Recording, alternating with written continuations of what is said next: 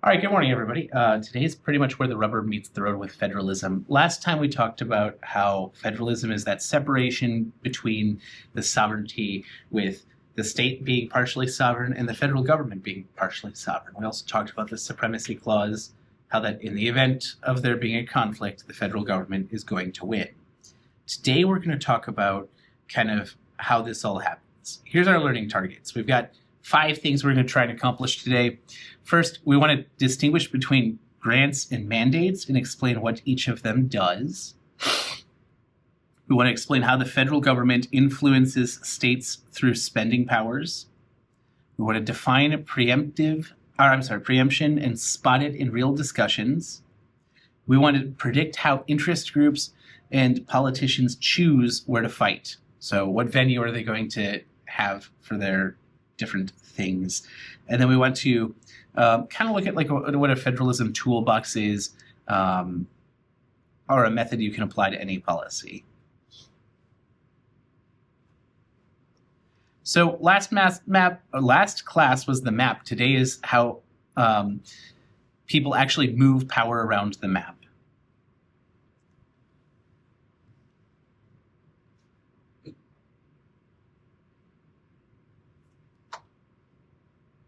There are 2 types of federalism, and I think the book probably goes into a pretty good explanation of how it's evolved and kind of changed over time. But I want you to think about it in terms of cooperative federalism and competitive or contested federalism. So cooperative federalism is where the federal government and the states share different tasks. They share the function, and there's a joint administration. A good example of this would be something like Medicare, right? Medicare has the federal mandates and federal administration, but it also has a state component. They both share responsibility for this, but when you go, you don't have to apply to the federal Medicaid office and the state Medicaid office. You just apply to one. Competitive or contested federalism is where there's fights over boundaries, who controls what and who blames who. So the key line is that federalism is cooperative until someone wants to control credit or until somebody wants to control the credit or the money. Sorry, I'm having a difficult time even reading from my notes today. It's one of those days.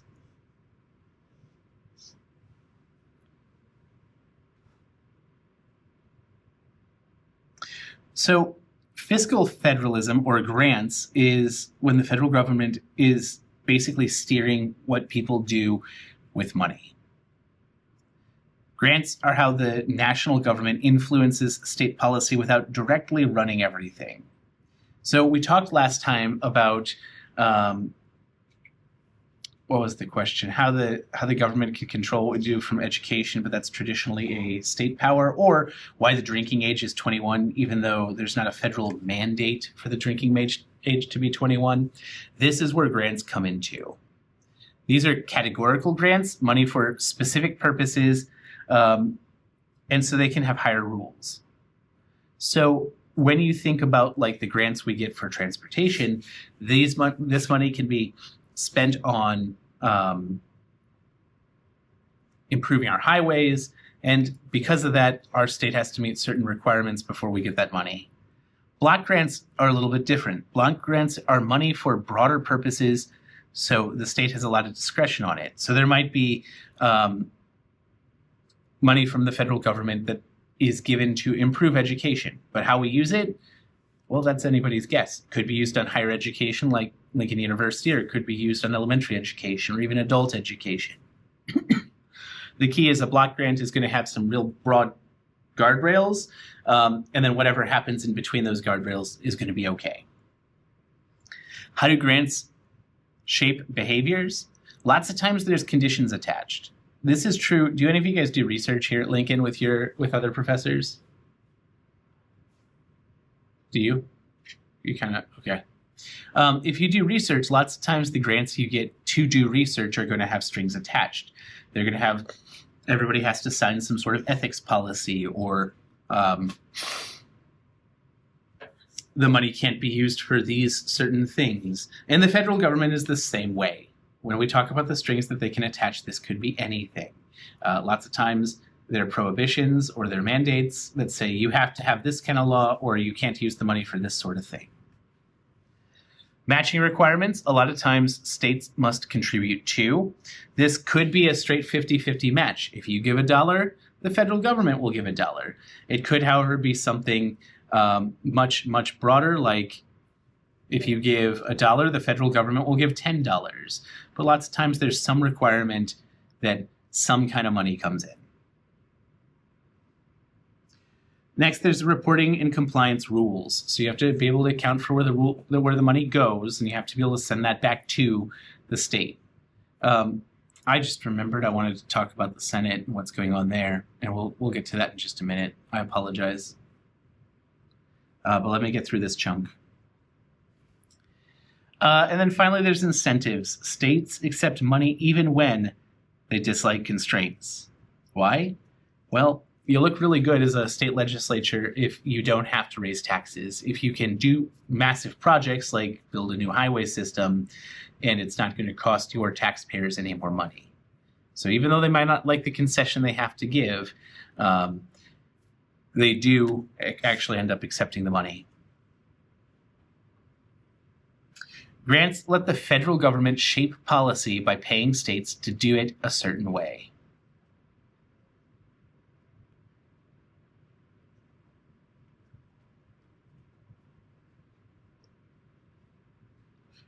We're going to talk about mandates in just a second, but I did want to stop and talk about the state of the judiciary that happened, was supposed to happen Wednesday.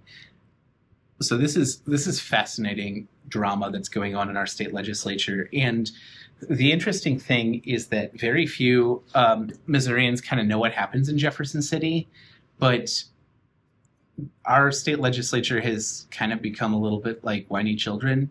They like to throw temper tantrums, and they have the last couple of years. This year, the temper tantrum they're throwing is because the Missouri legislature, and as part of our Constitution, has imposed certain rules as to what can be in a bill. We have something called the single topic rule, meaning that if you have a bill, a piece of legislation that isn't yet a law, it can only cover one thing. This is to fight against what happens at the federal government, which is called pork barreling. So you might have something that's like, the act to make sure that everybody can breathe oxygen.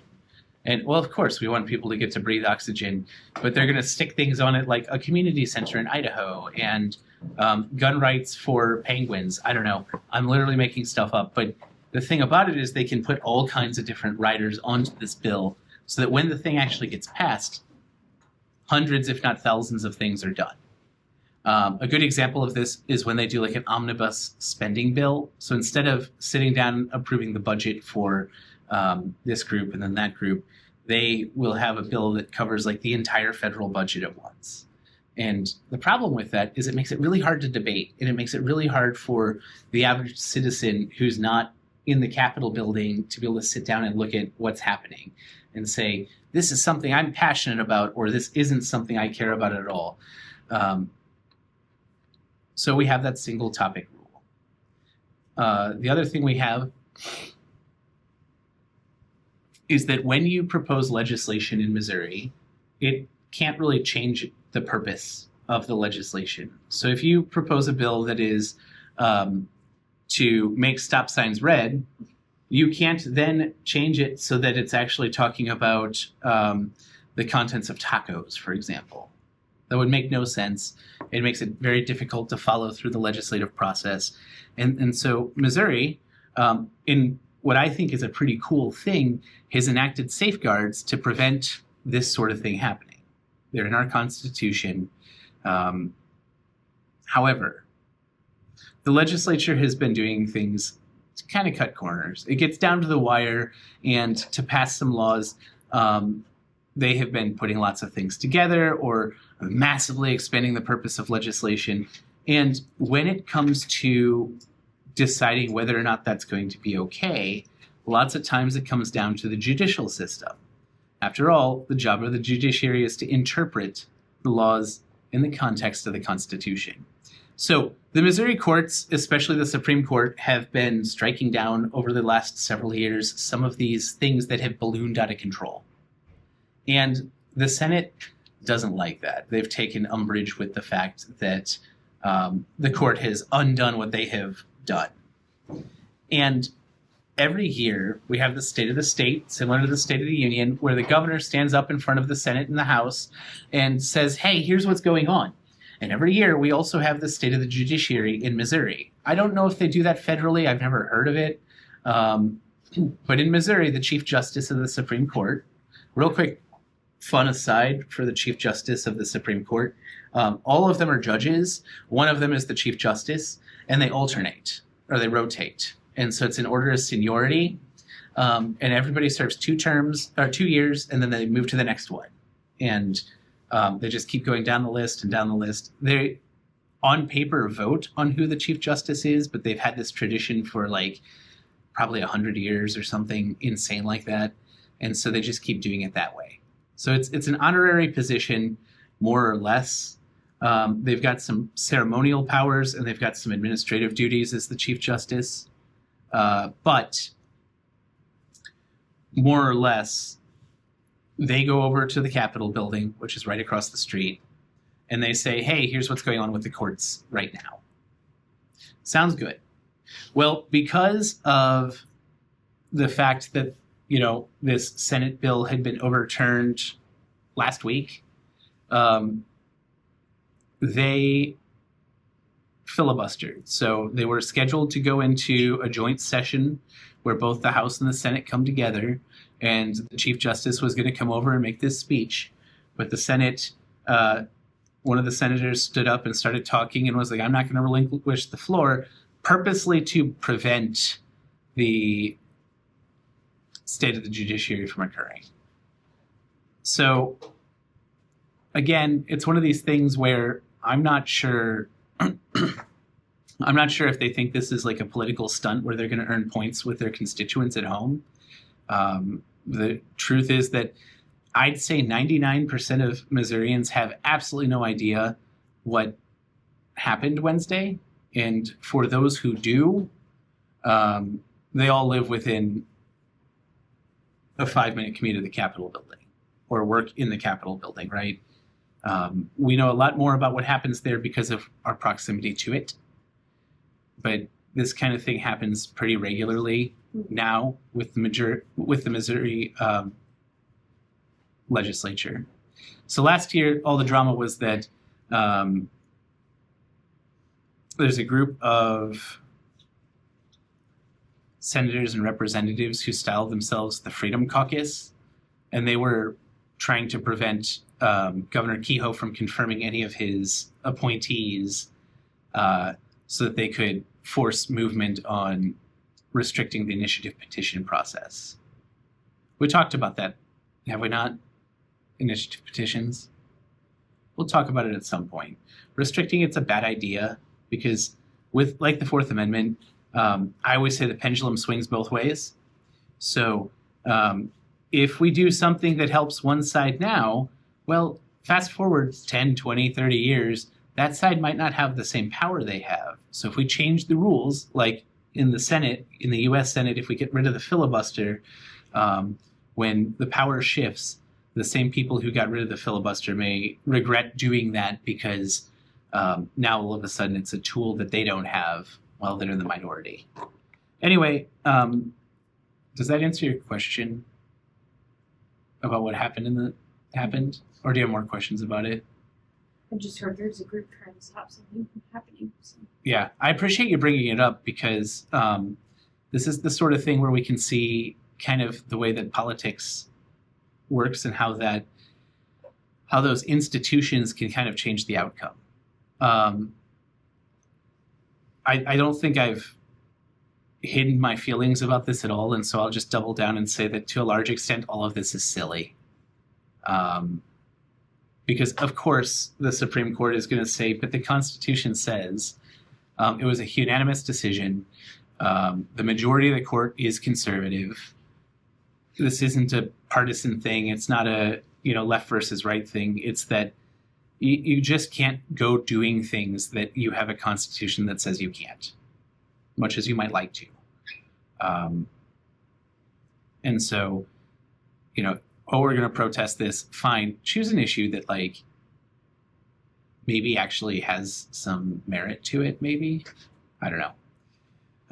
I don't mean this as a rebuke of the Senate because I don't have that power, but it's just a silly thing. All right. Will it happen? Yeah. We'll probably get everything under control and it will happen next week or something. I haven't heard anything yet. If it doesn't happen, the Chief Justice will most likely just release his remarks. There is one more pretty big component to all of this that we should talk about.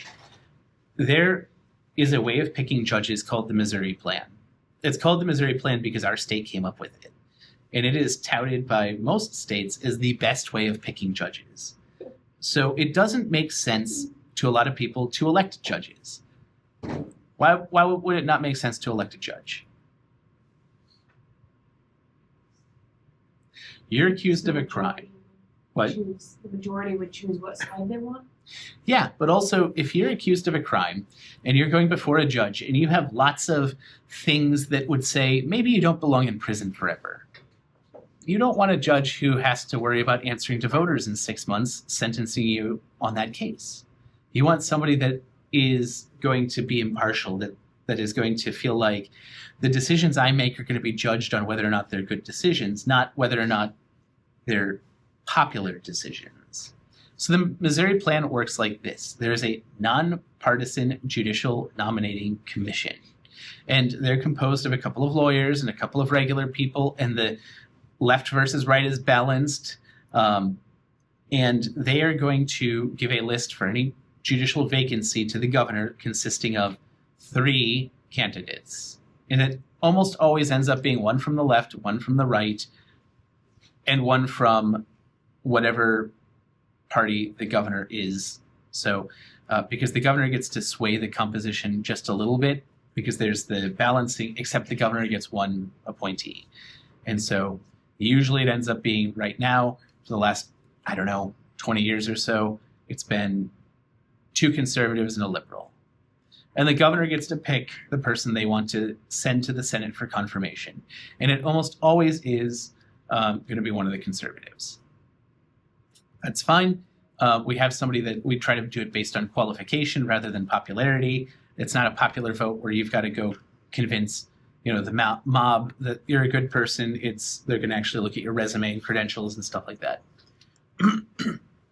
Once this occurs, once you've gone through this process, the Senate confirms you, and then every 4 or 6 years, depending on what level of court it is, you are going to be on the ballot for retention. Retention is where the voters get to do a yes or no, you should keep your job, more or less. So if you're doing a really bad job, you might get ousted from your position. I don't think it happens very often. I think 2 or 3 times, because most of the time people either don't vote on that or they vote yes. So the counter argument to this is that a lot of people think that judges then aren't accountable to the people, that they are just making the decisions they want to make and do things like legislate from the bench. So there's been lots of talk about trying to get rid of the Missouri Plan. But something I should mention is not every county uses it. Like St. Louis, Kansas City definitely use it. We use it for our appellate courts and for the Supreme Court. We do not use it here in Cole County. So it's not every place that you're going to have judges elected or appointed this way. And this is what has kind of poured gasoline on the fire that is what the Senate's doing, because some of the senators, again, I don't think they really know so much about what they're talking about, want to get rid of that because they think it gives judges a lot of security, whereas the goal is to give them independence. The Missouri Bar is extremely against this. Of course, the Supreme Court's against it because it became a framework that many states across the country have adopted because of its nonpartisan nature. In fact, again, if you go to the states that follow it, they call it the Missouri Plan. That's kind of a cool thing that we had a positive mark on the world. All right. Sorry for that long-winded delay. We'll talk about how federal judges are appointed later on, but not right now. So what are mandates? It's when the federal government says do this, and sometimes there's no money attached at all. You should know that a mandate requires states or private action to do something, private actors to do something. Unfunded mandates are politically controversial because they impose costs without actually providing the money to cover those costs. An interesting fact is that one of our constitutional prohibitions in Missouri is that in Missouri, our legislature cannot force an unfunded mandate upon someone.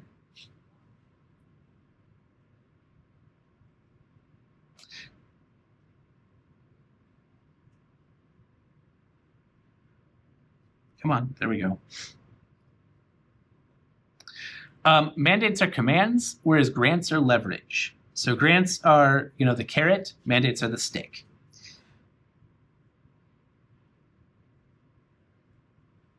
So here's an example. States must meet a national requirement to receive funds.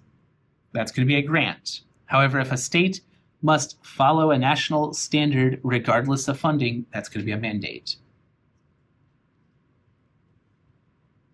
This is like jumping around on me, guys. I apologize.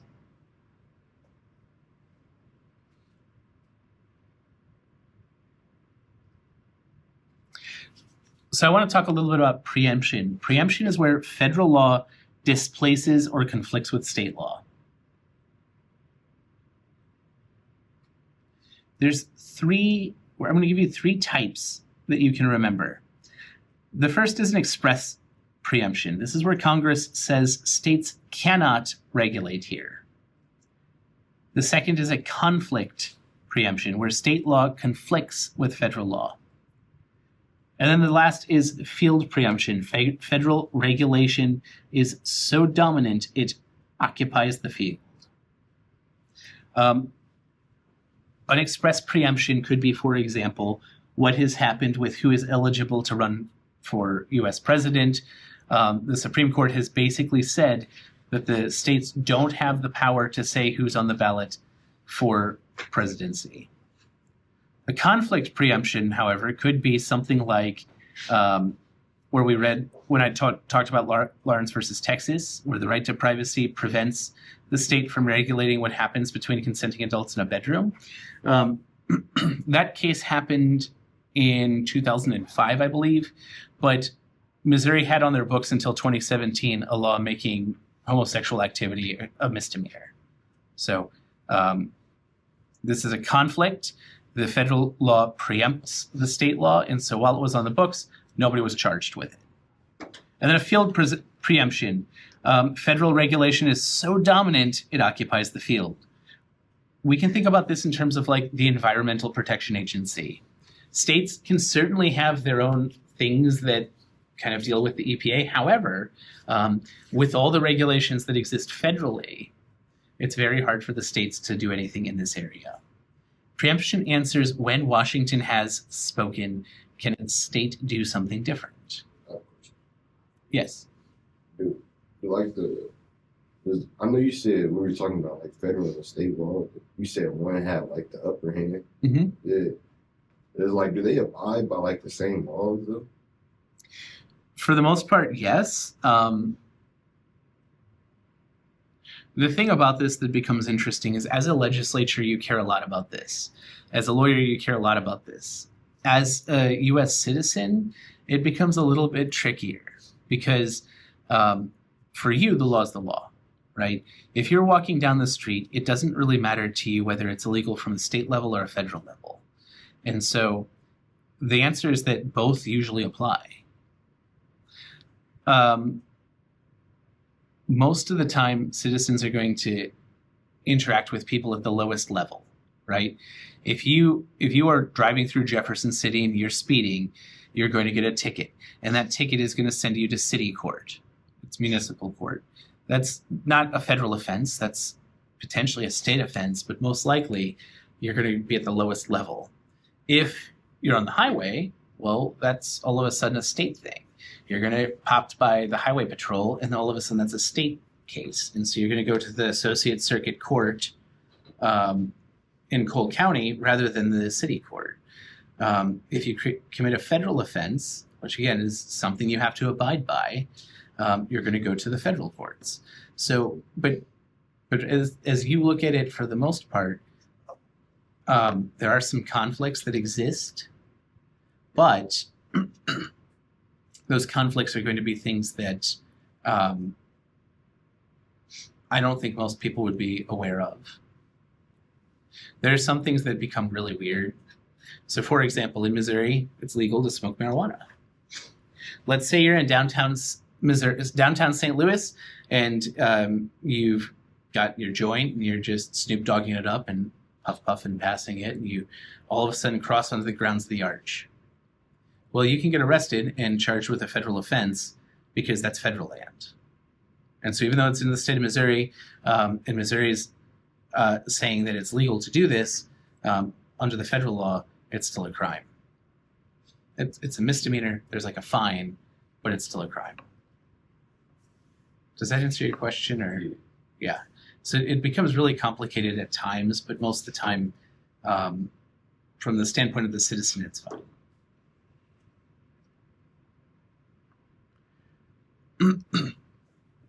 Okay, we're going to skip that. I'm going to give you guys a couple of examples. If a state passes a rule that directly contradicts a federal rule in the same area, that's going to be something that the federal government's going to win. So I talked about, I think last term, the state of Missouri passed a law making it a crime to help enforce gun regulations after a certain era. That law obviously is unconstitutional. The law is void. It doesn't have any effect. If a state creates stronger consumer protection than the federal government baseline, is this okay? Yes. This gets to a legal principle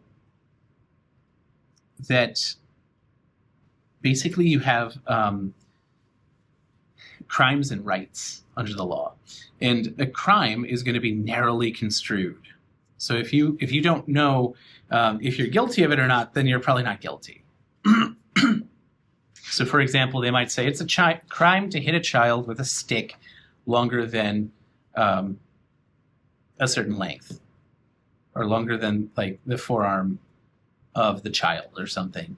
Well, if there's any kind of doubt there, what was meant, then we're going to construe that, we're going to interpret it in favor of the person accused of the crime. Whereas rights or entitlements are going to be construed liberally. So if you say that it is, you have the right to vote if you're over 18, we're going to construe that as broadly as possible. Does that mean if you're a certain gender or if you have a certain IQ? No. It's a right to vote after you're 18. All that stuff is ignored. When it comes to the conflicts between the federal and the state law, when you're talking about something like environmental protection regulations, a state can almost always create a law that is stricter than the federal government, because the state is creating that, the federal government is creating that limit, kind of like a crime, so you can always be more harsh than what the feds permit.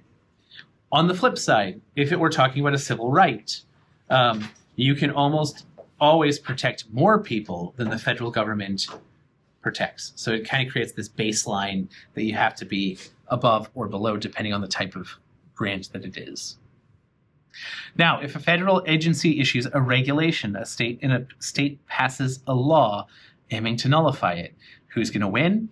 Regulations are interesting. We're going to get into this later on in the semester when we get to administrative law, or administrative agencies rather. But a regulation is something that isn't really a law, but it has the force of a law. So we all know that laws are made by the legislature, that first branch of government in the Constitution, but they can't possibly get everything done. And so they have created administrative agencies, and these agencies can promulgate regulations, a big fancy word for make rules. And these rules are going to have the force of law because the statute that created the agency says they do.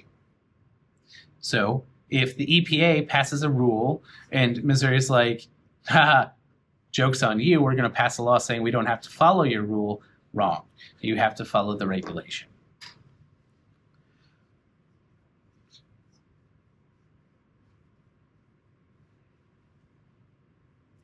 When we're looking at these things, I want you guys to pay attention to 3 points. Where's the conflict? So what kind of thing is causing these two laws to bump up against each other? Second, did the federal government claim the field? Have they kind of saturated it? Are they saying we get to be in charge of this?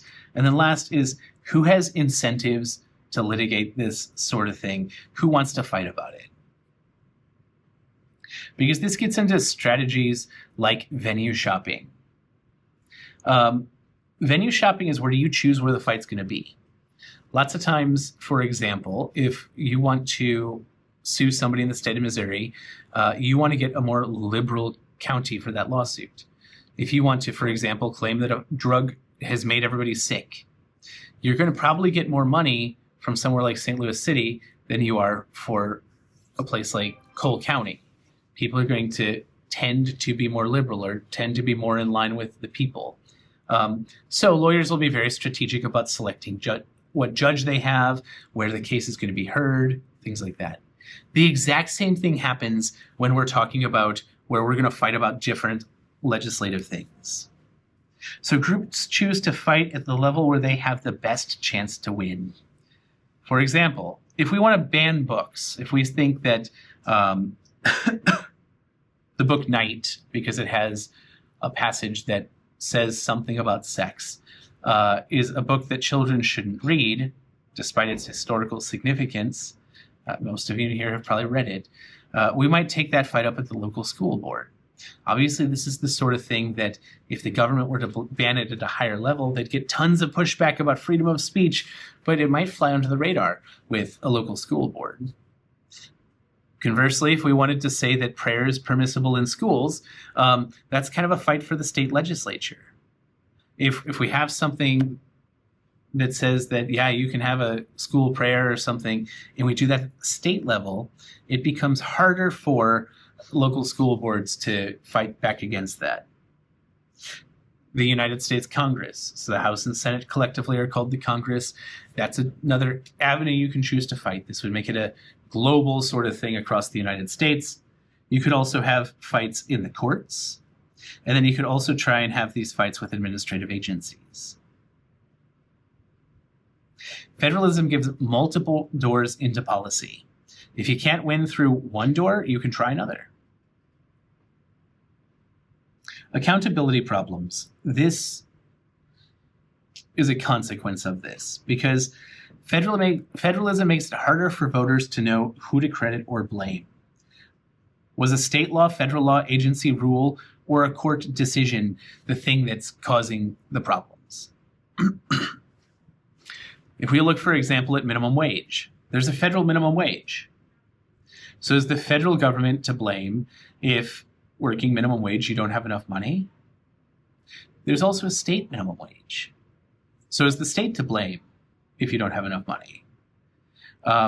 It becomes a very difficult thing because just like we talked about a few minutes ago, where the average American citizen walking through their day-to-day life isn't going to see where those overlaps are. They're just going to know that they got the ticket, or they're just going to know that they're in jail. They're also not going to be able to know who to blame or who to hold accountable for the things that are going well or poorly in their lives. When responsibility is shared, accountability gets blurred.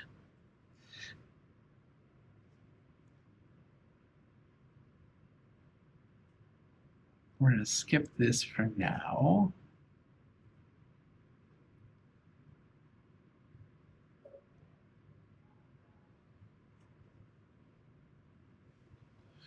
All right.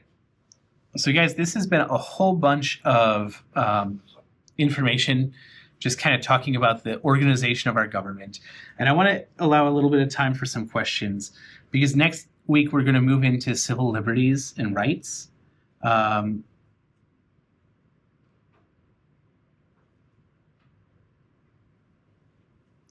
Every single one of these is also going to be a federalism fight, because the level of government changes the outcome that we're going to see. So I'm hoping that this hasn't been too boring. We've been down in the weeds talking about how, like, the philosophy and the organizational things, but we're going to start seeing next week how the real world implications happen with civil rights and liberties. Do you guys have questions about federalism?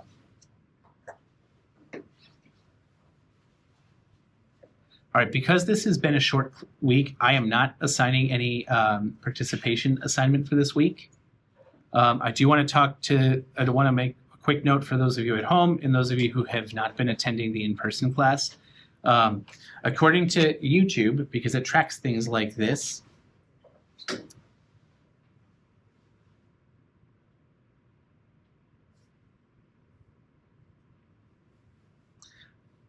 so far this semester, or so far in the last month, which we've been here a little bit less than a month, people have watched 8.1 hours of video, and we have had about 8 hours of class so far, maybe a little bit less. So what this tells me is that very few people are actually watching things. So I'll put this out in an announcement too. Make sure that if you are not attending class, you're keeping up with the lecture. It's going to be very difficult for you to be successful if you're not actually engaging with the material. All right, any other questions, comments, or things you want to discuss today? Sweet, then I'm going to give you about 10 minutes back today. I hope you guys have a great day.